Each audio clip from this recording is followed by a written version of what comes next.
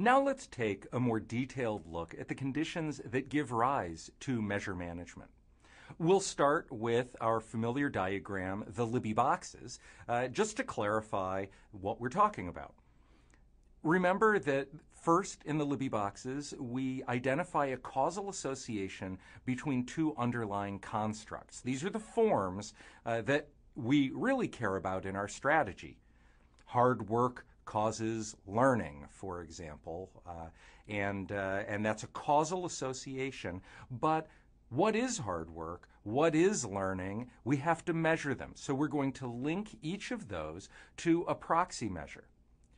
Those proxy measures will have a statistical association, and that's how we're going to assess whether our strategy is actually working for us. Okay? Now, remember that in between the construct and the proxy measure, we have two forms of measurement error, noise and bias. Noise is that random, unpredictable measurement error. All across the map, could be high, could be low. We know we're just not exactly accurate. Bias is a directional, predictable form of measurement error. The proxy measure is always a little, you're reporting a number a little higher than how hard we actually worked. Okay? Well, when we talk about measure management, right, here our concern is that people, in order to look like they are performing better, will introduce bias into the proxy measure. So it's not just any type of measurement error.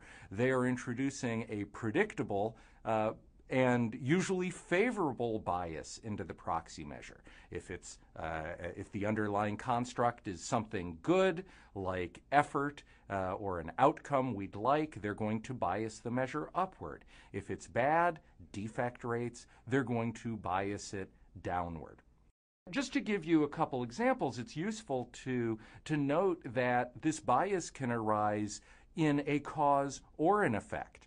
So let's take the cause first. We think hard work is going to lead to some type of better outcome. Okay, well, how are we going to measure hard work?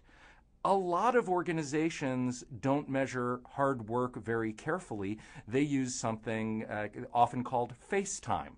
If someone walks down the hall and they want to know, are you in the office? Are you sitting at your computer actually working?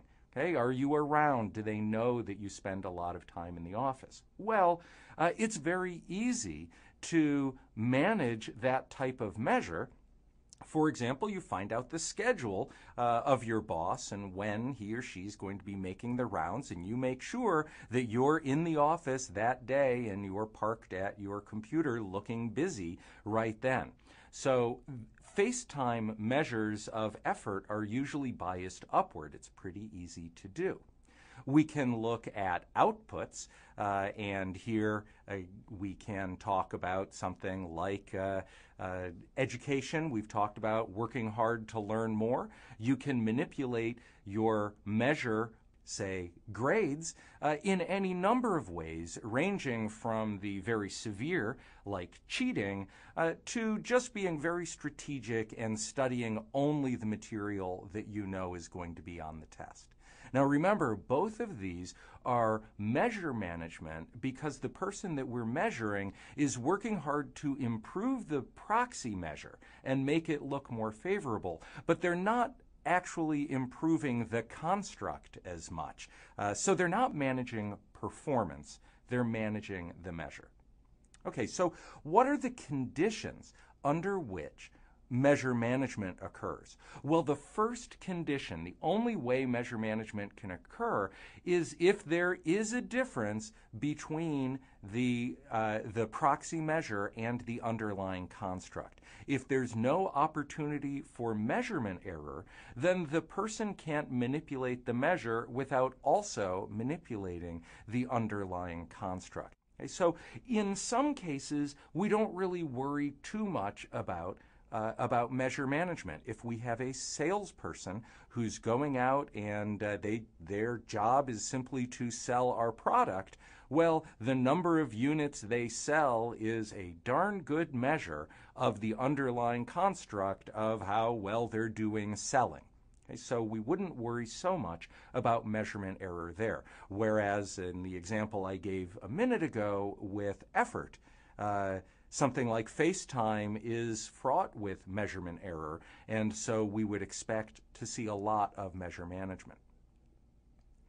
The second condition that gives rise to measure management is motivation. People need to be aware of the performance measures by which they're being evaluated.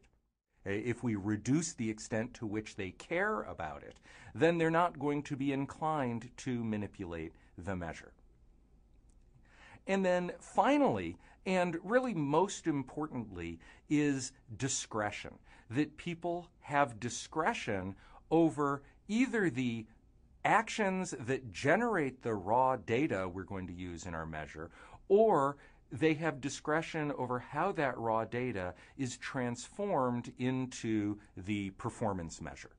Okay, so let's start with the first example, which is people having discretion over the raw data that is being generated by their process.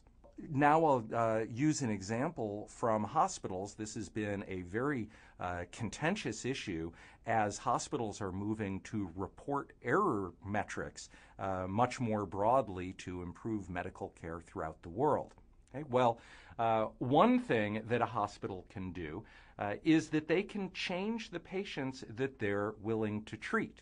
So, for example, if there's a new reporting requirement that everyone who has a serious complication, that complication has to be reported either to headquarters in a large chain of hospitals or maybe to a regulator, well, doctors have a very easy strategy they can use to manage the measures.